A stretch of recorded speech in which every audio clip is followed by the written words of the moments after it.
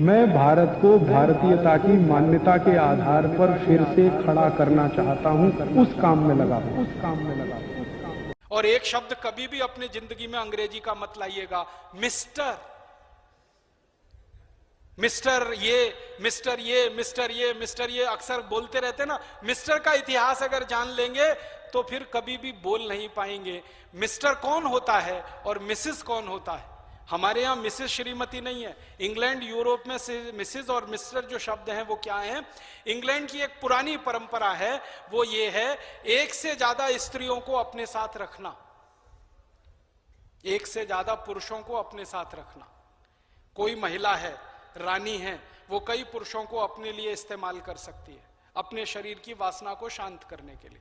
और कोई राजा है, वो बहुत सारी स्त्रियों को इस्तेमाल कर सकता है अपने शरीर की वासना को शांत करने के लिए। और राजा के नीचे के जो लोग हैं वो भी उसी परंपरा में चलते रहते हैं, जो अधिकारी वर्ग के लोग होते हैं। तो वहां बहुत सारी महिलाओं से बहुत सारे पुरुषों के रिश्ते होते हैं, बहुत सारे पुरुषों के बहुत सारी महिलाओं से रिश्ते होते हैं। एक खराब शब्द है ना, विवाह के अतिरिक्त संबंध, जिसको एक्स्ट्रा मैरिटल अफेयर्स कहते हैं, वो पूरे यूरोप में सामान्य है।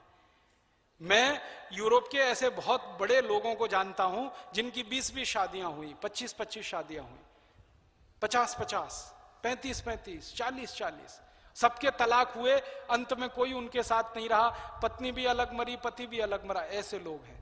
और उनके यहाँ बहुत सारी शादियां होती हैं और बहुत सारी स्त्रियों को शादियों के बिना भी साथ में रखा जाता है। इस तरह का उनके यहाँ चलन है, वो अपने देश में नहीं रहा। और हमारे यहाँ गलती से किसी राजा ने ये कोशिश की तो जनता ने कभी उसको स्वीकार नहीं किया, ये आप जान लीजिए।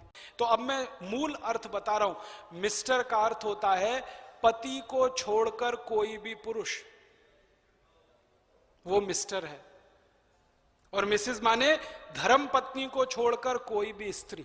और बिना पति पत्नी हुए भी सालों साल साथ रह सकते हैं, क्योंकि उनके यहां एक परंपरा है लिव इन रिलेशनशिप। आप पति नहीं है, पत्नी नहीं है, साथ में रह रहे हैं, बच्चे पैदा हो गए तो किसी अनाथ आश्रम को दे दिए, वहां पर वो बड़े होंगे, वहीं पर पलेंगे। फिर उनके साथ समस्या आती है कि नाम किसका दिया जाए, क्योंकि उनके बाप का पता नहीं, क्योंकि उनकी मां का पता नहीं। तो चर्च फिर उनका नाम तय करता है और उनको चर्च का नाम दिया जाता है। तो उनके यहाँ की ये पुरानी परंपराएं हैं। अब वो खराब हैं अच्छी हैं वो जाने, हम उस पर टिप्पणी नहीं करते। हम ये नहीं कह सकते कि वो बहुत खराब है, हम ये भी नहीं कहते बहुत अच्छी है।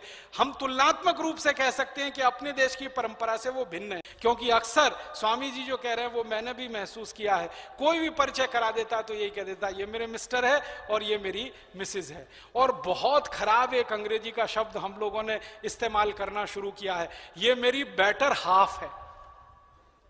वो और भी तकलीफ देने वाला शब्द। बेटर हाफ वहां हो सकती है, यहां नहीं होती है कोई भी। ये तो आपकी पूरे जीवन की संगनी है, हाफ और फुल का कोई चक्कर ही नहीं है। दोस्तों, सबसे पहले तो चैनल सब्सक्राइब करें, फिर लाइक, कमेंट और शेयर करें।